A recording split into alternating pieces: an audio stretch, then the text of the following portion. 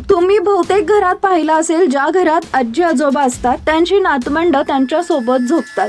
अशीच एक आजी नातीची जोडी, ज्या दोघीही घराबाहेर झोपायच्या। एक दिवस महिलेच्या मुलानं बाहेर पाहिलं तेव्हा त्याला जे दृश्य दिसलं ते पाहून त्याच्या पायाखालची जमीन सरकली। पुढे काय घडलं पाहण्याआधी AM मराठी न्यूजला जरूर सबस्क्राईब करा। उत्तर प्रदेशमधील हे धक्कादायक प्रकरण आहे। बदायूंमधील हयातनगर गावात राहणारा रामनाथ कामासाठी पिपरी या गावात गेला होता।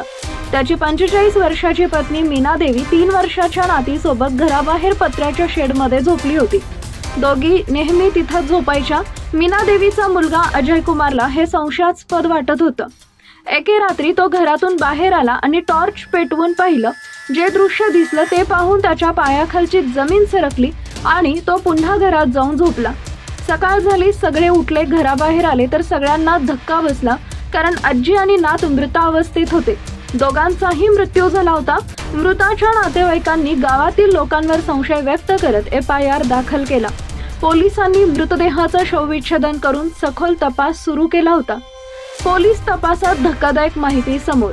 बदायूचे SSP ब्रजेश कुमार सिंह यांनी सांगितले की आलापूर पोलीस स्टेशन क्षेत्रातील हयातनगर गावात आजी आणि नातवाच्या हत्येची माहिती मिळताच पोलिसांची टीम तिथं गेली। तिच्या पतीनं केलेल्या तक्रारीनुसार 2 जणांना ताब्यात घेण्यात आलं। चौकशीत काहीही निष्पन्न झालं नाही। त्यानंतर माहिती देणारे सक्रिय झाले। महिलेची हत्या तिच्याच मुलानं केली होती। सुरुवातीपासून पोलिसांना या घटनेच्या जवळच्या व्यक्तीवर संशय होता। पोलिसांनी अवघ्या 90 तासात खुनाचा उलगडा केला।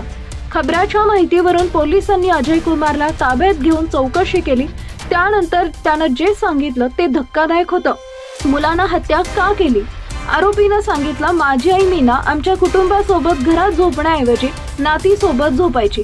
एकदा टॉर्चच्या उजेडात माझी आई आणि आणखी एक व्यक्ती नको त्या अवस्थेत मला दिसली। अंधारात मी त्याला ओळखू शकला नाही। अज्ञात व्यक्तीनं अंधाराचा फायदा घेत शेताकडे धाव घेतली।